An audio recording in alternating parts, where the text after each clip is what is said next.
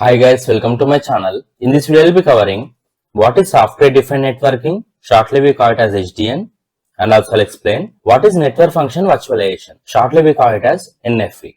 Guys, I have uploaded complete IoT subject tutorials. I'll provide that link in description, you can watch from there. If you are watching this video for the first time, don't forget to like, share and subscribe to my channel. Let's get started. Guys, in IoT, we have many sensors like temperature sensor, camera, heart rate sensor, traffic sensor, etc. And also we use so many devices like mobile servers, and also we use so many softwares and cloud applications. And in IoT, there is huge amount of data moving all the time. So network must be fast, flexible and easy to control. Older networks cannot handle IoT. That is why we need SDN and NFV.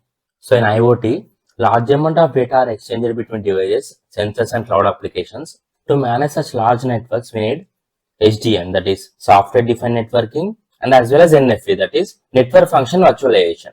First I'll explain what is software defined networking. Shortly we call it as SDN. Guys, for example, if you consider city traffic light example, in olden days we use a conventional network, where in conventional network each traffic light will work on its own. So each traffic light is independent. If you want to do any settings, we need to go to each traffic light and we need to do settings manually, which is very slow and confusing. So olden conventional networks are not suitable. In order to overcome this problem, at present we are using software-defined networking. Name itself says software-defined networking. By using single software, we can manage complete network. Guys, in SDN, there is centralized network controller. This centralized network controller contains software. By using the software, we can control complete network. So SDN is a modern network architecture. In this architecture, control plane and data plane both are separated. Here, control plane will decide where data should go, and where data plane will forward data. And in this architecture, there is centralized network controller. This centralized network controller contains software that will manage entire network. So configuring, monitoring and controlling IoT devices are easy. Guys, these are some of the problems in conventional networks. Conventional networks are built by using routers, switches and firewalls. And they have so many problems. Our first one is complex devices. In conventional networks, each device contains separate protocol and software. If you consider traffic light example, each traffic light contains separate protocol and software. So if you want to manage or upgrade, we need to go to each device and we need to configure each device separately. So it is very hard to manage. So there is management problem. And third one is limited scalability. This limited scalability means adding and managing many devices are tough because we need to do configuration for each device in conventional networks. So adding so many devices need so many configurations, which is time taking process. In order to overcome all these problems in conventional networks, at present we are using software-defined networking. So SDN is simple, scalable and fast. In SDN, there is central controller which will manage all devices in the network. A centralized controller will handle all devices. So adding and managing many devices are easy. Whenever we add any device, automatically centralized controller will configure the device. And this controller will configure network without touching hardware. This conventional network is built by using routers and switches. So conventional network is costly. But whereas if we consider SDN is built by using standard hardware instead of routers and switches. So SDN is cheaper when compared to conventional network. In SDN, there is centralized control. The centralized controller contains software. The software will manage everything. So manual work and errors will be reduced.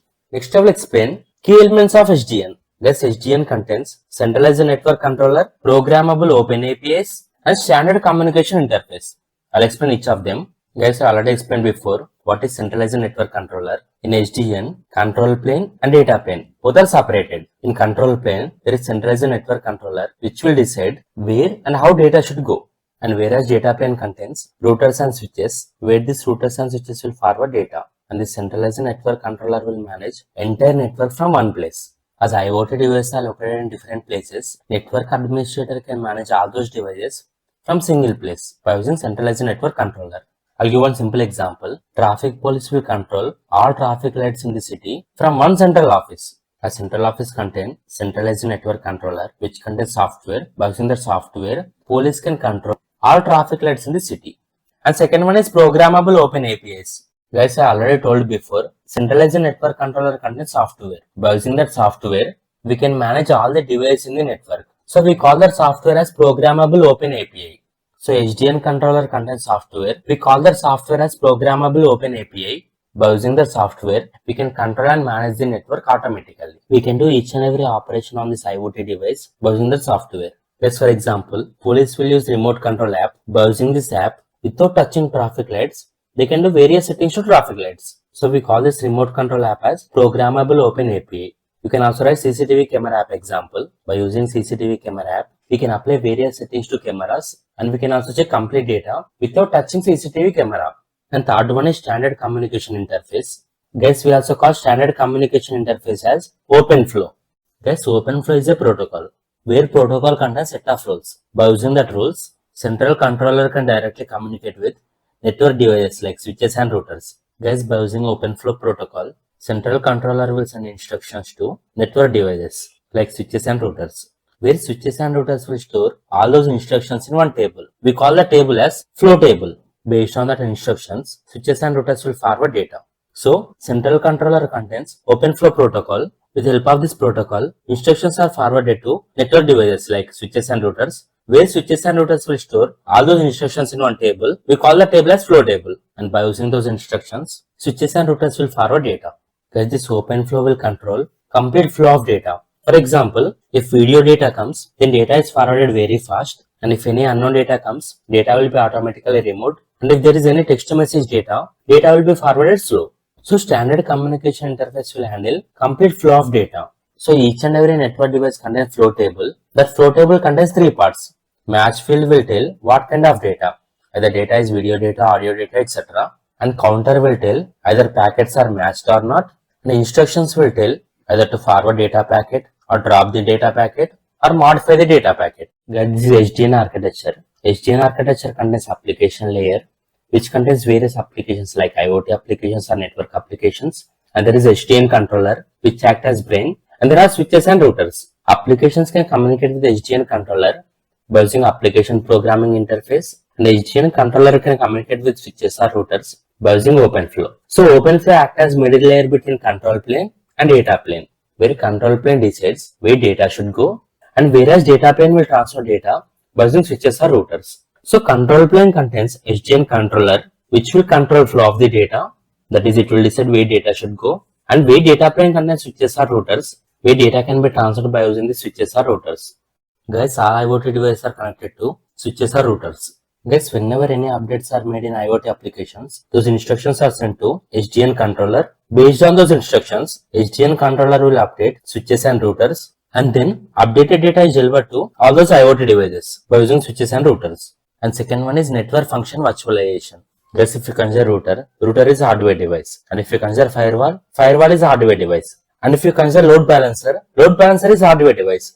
So in NFV, all hardware devices will become softwares. So routers, firewalls and load balancers all will become softwares and they all will work on one single server.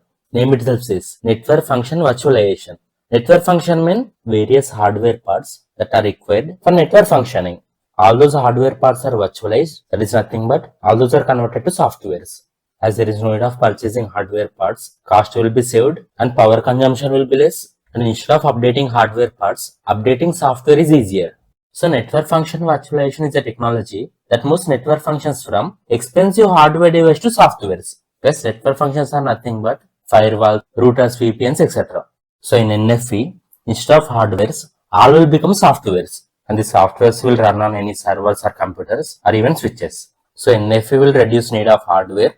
Thus NFV and SDN both can work together, where SDN will decide how data must be moved in large network, and whereas NFV will create all network devices softwares. So NFV and SDN can work together, but it is not mandatory that they need to work together. Both are not dependent. NFV can run without SDN and SDN can also run without NFV. Guys, there are three key elements in NFV. They are virtualized network function, and second one is NFV infrastructure, and third one is NFV management and orchestration. Shortly we call it as MANO. At first lesson, what is virtualized network function? Guys, VNF is software version of network devices like routers, firewalls or load balancers. Instead of purchasing hardware parts, we can run routers, firewalls and load balancers as softwares in our computer. And second one is NFV infrastructure. Shortly we call it as NFVI. Guys, in order to run virtualized network function, that is, in order to run routers, firewalls or load balancers as software in our computer, we need some resources. NFVI will provide resources like CPU, RAM, hard disk, SSD, switches, routers and bandwidth. In single server, there are so many resources All these resources are provided by NFV infrastructure. With the help of those resources, we can run virtual router, virtual firewalls, virtual VPNs, etc. And third one is NFV management and orchestration. Yes, NFV management and orchestrations will handle all those virtual softwares that we installed. That is nothing but it will handle virtual network functions like router software, firewall software, etc. So MANO is responsible for installing VNFs, monitoring VNFs, and updating VNFs. And they can also manage all physical resources like hard disk, RAM, etc. And they can also manage virtual resources like router software, firewall software, etc. So MANO is like a manager in a factory which will make sure that all machines are working properly and it will make updates if needed. These are advantages of NFV. The first one is cost efficient. As there are no physical devices, cost will be saved, power consumption will be less, so energy will be saved. Instead of updating hardware devices, updating software is easy. So it is flexible and scalable. So managing and updating is easy. And this NFV will provide multiple services and multiple users can access the softwares. Yes, for example, if you consider home router, instead of buying a home router, if you replace home router as software, you will get internet, TV and all those services without need of big hardware. As there is no physical device, everything is managed by cloud. Guys, this is not NFV, this is normal conventional network where all your devices are connected to router. That is nothing but home gateway. Through a router, you can access internet. This is NFV architecture where all your devices are connected to one wireless box. This is not router. Without any router, through a small box, you can access internet by using NFV infrastructure. Guys, wireless access point is a small device. By using this device, all those devices in your home can connect to internet without router. And routers, firewalls, and load balancer, all these are virtual. We can't see them.